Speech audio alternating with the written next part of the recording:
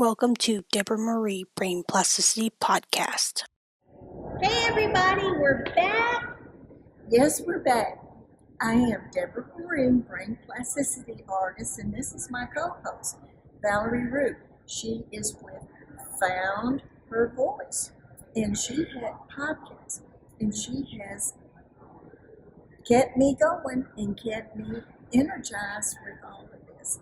And during my story, periodically, I had told y'all I will come back to sections.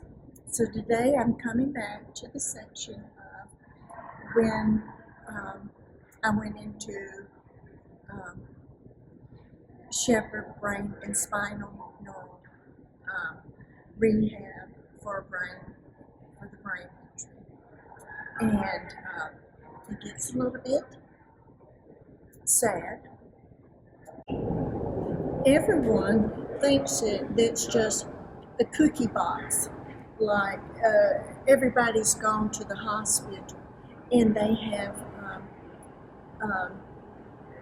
had the same car wreck, or they've fallen somewhere, or they have had some type of trauma to their head, that stroke that is a regular heart type stroke.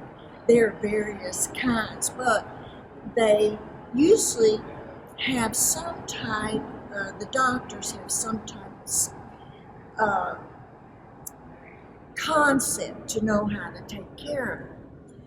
Well, unfortunately, mine was induced, as I mentioned in the podcast earlier, by a doctor through my hemiplegic migraine. Hemiplegic migraine is a very serious migraine that I acquired. And and I had a shot that by this doctor, Dr. Kelman, Kelmin, that went through my orbitals down, and he hit my spinal, and that blew out my left and right hemisphere. So my brain injury was totally different, and I had this aura, and I had this severe body movement like this and that, just going around, and my leg would pop up, and I wasn't able to control it. And so I go in there, and I see people with helmets on, young men who's had brain injuries from football. I see people from strokes in a wheelchair, and I see various other types of brain injury. So I looked at my sister and I says, "What am I doing here?" And she just patted my hand and didn't say anything. Well, they called me to go in to see my case manager. So we go in to see my case manager, and she was trying to discuss with me what was wrong. And there it was. I just poured with tears. I had no clue what was going on. I looked at my sister, and then I looked back at her, and I just cried. I just couldn't comprehend that they were telling me I had a brain injury. I just cannot tell you how, when you get into the hospital and the situation, how traumatic it is. And so they sent me home with my sister and said she cannot be with the patients yet. So that come back in her next session. And so I go back with my sister. We go back into in the waiting room. I recognize some of the people that I had saw before. And then I went back into the case manager's office, and you're going to say, "Oh my gosh, is this all she's going to talk about. And so they started it again, and I just cried. I was, I think, 57 years old, and I wanted my job. I loved my job. And so at that point, the case manager told my sister, which there again, I'm still not understanding everything that's going on, told my sister that she needed to go back to my place, take all my business clothes, take all my business shoes, and get them out of my closet. And I know it was hard for my sister, but she did keep one nerdy suit I had that was plaid. And she did keep my briefcase, and she hid it. And she kept a pair of nice shoes, and she hid those. And what the purpose of this was is that when I went into my closet, I would realize that the clothes were gone. Well, of course I didn't realize it, So I go back, and this time I was able, believe it or not, after that event, when I went into my closet and looked around and everything and thought something was different, I was able to sit. I was able to sit in the counselor's office, the case manager's office with my sister, and to start and plan out what I needed to do. And then that's when the real journey began. And so I started that day, and they did needles. I remember that on my arm and on my leg, especially, because I couldn't move it was moving spontaneous in my arm, and I couldn't feel a thing. So of course they did the left side, and I was like, "What are you doing?" and stuff. So then after that, they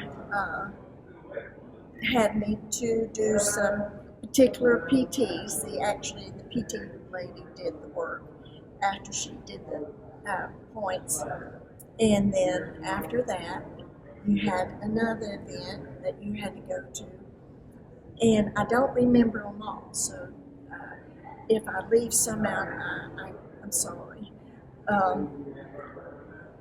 Because I didn't have very much clarity. Even I had better after that, but not as good as I would like. Then, because after I went and I got on a bicycle, and as I was on the bicycle, here comes the hemiplegic migraine, and my face started getting distorted. And the young lady says, "Uh-oh, we can't do this." And so she gets me off. And then she says, "Maybe we'll try the treadmill." So she put me on the treadmill. And then when she put me on the treadmill, she found that I couldn't do a regular treadmill like everybody does. And I had to go at a slower pace, like I was walking a couple of steps, and she had to help me. And she had a band around me so she could stabilize me. And then the next one after that was hopscotch that you learned in elementary school or before. And they told me to go to the first block. I stood there, and my brain was trying to think, what is she telling me to do? So eventually I put 2 steps on the block. And then after that, and it makes me want to stand up when I talk about this part. And then I put 1 2 steps after she told me to move again, but it was real slow. And because I'm doing it about as slow as I'm talking right now as I was then, but I wasn't talking. I was just trying to figure out how to do things in my brain. So she told me to go to the next 1 square. So I went to the 1 square. So you got the picture. A normal person would have just gone through it, and a child, bam, bam, bam.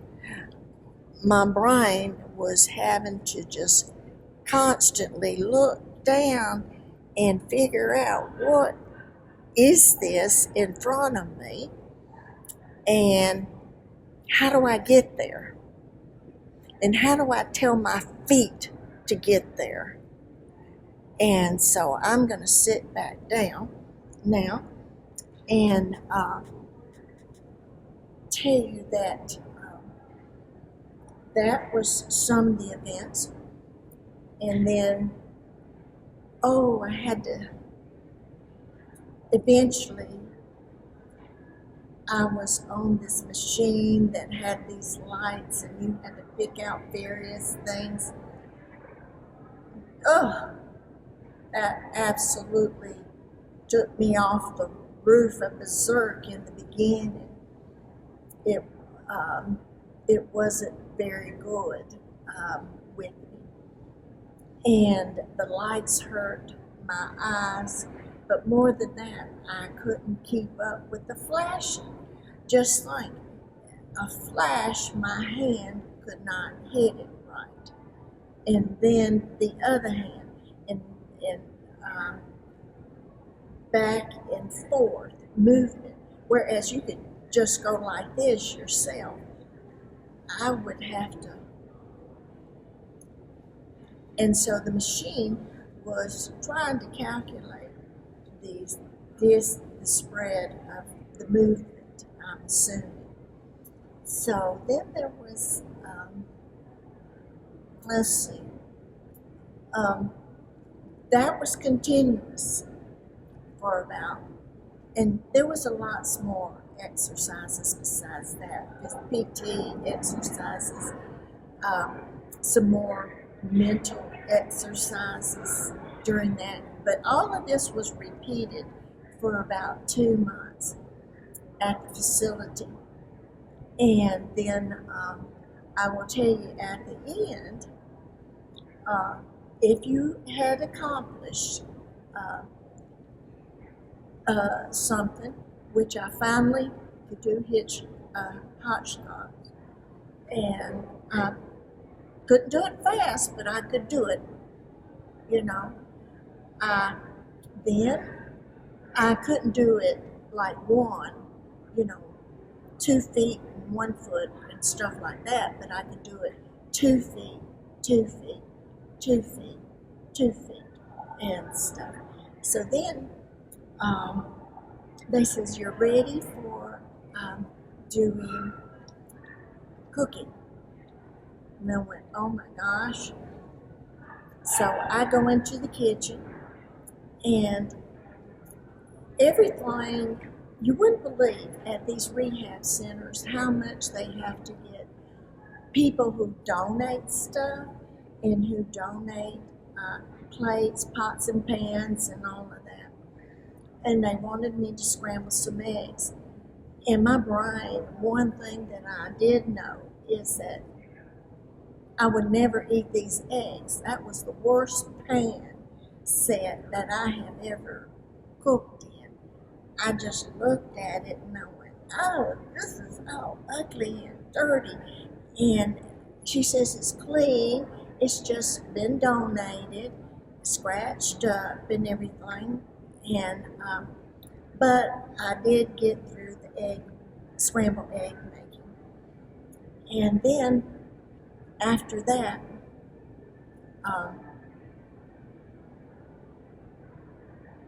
I passed the test. And then from that point on, I did not have to go there anymore, but I went and I called them and I asked them if I could get from coals, plates, and pots and pans for that facility. Just so happened Coles had a really great sale. And I shipped it off to them. I could not stomach that ever again, to see that people with brain injuries has to see something like that. It was so horrible to me. So then the next thing is, I went and with Dr. Kalin. Went up to Louisville because he became a director for Frazier Brain and Rehab. And he was my doctor. And he was the only doctor that would care for me at Shepherd. So he asked me if I could follow him up to Frazier Brain and Spinal Rehab. So I came up from Atlanta when it was time for me to have my care and everything. So after the 7th year, now we're talking about 7 years here of brain, and I'm not totally there. I'm in a fog. I could do some things, but I'm really in a fog. And a happy fog at least. And so I started at my 7th year in the neural brain and spinal at Frazier. And at that facility, I had a young lady who was my, she was hard. Her name was Jeannie. And she was my case manager type person. And she tested me, and she tested me, and she tested me. And then I had PT, and then I had speech, and then I had other types of therapy and stuff. And in this program, but I have to tell you, is that as we were going along, we played games together. Groups of us played games together. And all of a sudden one day this was about, I'm going to say, about a month and a couple of weeks, possibly, into this particular program. And I just started yelling. And not a yell that sounded like I was getting hurt, but a yell of excitement, a yell of, oh my gosh, I can't believe this. And it was a game that 4 of us were playing, and my case manager, OT, various people came around, and they wanted to know, Deborah, what's wrong? I said, I just designed a conveyor system. I cannot believe it. My engineering started coming back, but it wasn't totally back. So at this point, they were like, how can we get more coming out of her? And they gave you a daily planner that you had to look at, but they always had to tell me, because it said planner, they always had to tell me to open it up. And they kept trying various words besides planner. And then finally one day, Jeannie, for some reason, put work planner. Bam! It hit me. I could come in and I could open up my planner because it has work. I've been working since I was 10 years old. So that keyed me in to where I could get more functional. And so this is brain plasticity. If all of this is brain plasticity. And one time they told me it wasn't very clear outside and stuff, and I had it was snowing or else it was cold, I can't remember. And they said, if your car doesn't come and pick you up, you cannot walk home at the place that I was staying. And temporarily for the 2 months I was there. Well, I got Deborah stubborn, and I walked to that apartment. Oh, did I get in trouble? They got so mad at me. They said they saw me when I was way down the road, and somebody followed me in their car to make sure that I got home. They, due to the strain of all the type of testing that I had, it is a serious mistake to be out in the street. You could get lost or go the wrong way, especially since I had left hemisphere damage and some right hemisphere. And they were trying to evolve the left hemisphere into a stronger right hemisphere. And so at the end of that 2 months, my doctor, Dr. Deborah who is the director of Fraser, told me I had flying colors, that I had worked so hard. And I looked at him and I says, you just do not know what it's like to be able to wash your clothes again and know how to fold them again. And there's a thing that they consider 28 days.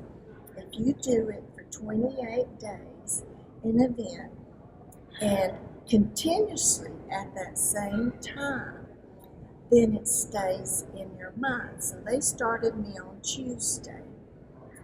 And every Tuesday, I had to wash my sheets, my clothes, towels, and everything. And then I put them in the dryer, and then put them in the folding, and then put them away. Now, all of this was written on a piece of paper. I had to be retrained. Now, think about it. Something that you can do yourself that's so easy, I had to learn again. I had to learn much more than that, putting away your toothbrush, how to do the toothpaste by yourself, how to do various things that you take for granted every day. So, at the end of the program, on Tuesday, when I went home, I was able, every Tuesday, turn on that washer, got all my stuff, and did all my washing, and went through that process in putting it away. Now, the fascinating part about this, when you have a caregiver in your home, and or let's say somebody comes to visit, and they interrupt your Tuesday, and they don't know that's the day and the only day you know how to do this process.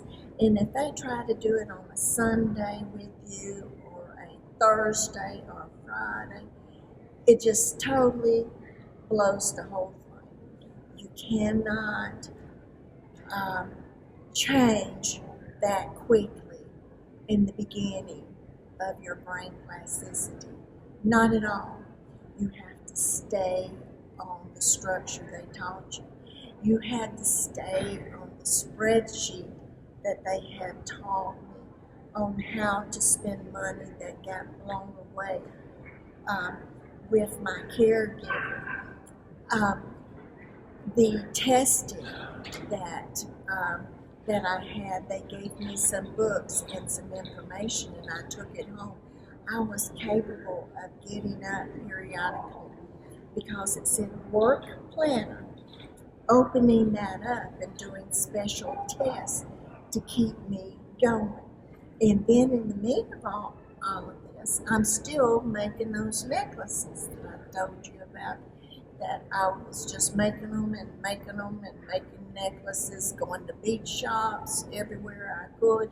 They got to know me and stuff like that. And I gave away. And during this podcast, one day I will bring up a few of my old pictures and some of my new jewelry and stuff Some is on my website at www.deborahmarieofficial.com. But you will not believe some of the styles I came up with that were so interesting, and people got these for free and everything because I made so much. Anyway, today is a very good day. I got dressed up special for this because it was a very sad time. All the tears I had when I found out I had a brain injury. Oh, and let me tell you one more tidbit. I thought it was going to go away. I thought, and after that school, somehow in my mind, a year or two, I'm still doing brain plasticity today, and that's why I want to share it with you, is that everybody is on their own road, and sometimes it takes a few months, sometimes it takes a year, sometimes it can take 17 years, and I'm 17 years out. No, I'm sorry. I'm 16 years out because I met Dr. Kaylin in 2010. And you just don't know your path. And if you want to know about brain plasticity, look at my other videos that I have under my podcast and look at what I looked like periodically. And you go say, oh my gosh, how could she look that good today? I'll tell you more about it, the hemiplegic migraine, about the medicine, about the shots, eventually, about all the other things that I have to do to be able to be alive and to help myself get stronger. And the threads of my life, my poem book is also a brain plasticity thing. It is very, very difficult to put that together. But today, I'm working real hard to make it happen. Thank you very much. And I will end with Deborah loves you, and that's why she's here to tell her story. And I will be inviting others, and I'll have some doctors, and then also I will be talking about other events, not just this. Thank you. And in the ending of this is I want to say again, this is Valerie Root, who is Found Her Voice podcast. And at the end of this podcast is where she has advertisements. And I'm going to inspire you to buy advertisements from her because this podcast of mine and hers, but for sure mine, is going beyond Kentucky. It's going to go across the United States. Valerie is working on a project right now. We're not going to discuss it, but she will be going across the United States. So if you want your item sold beyond just Kentucky, you better get your name out there. Thank you. We'll see you next time.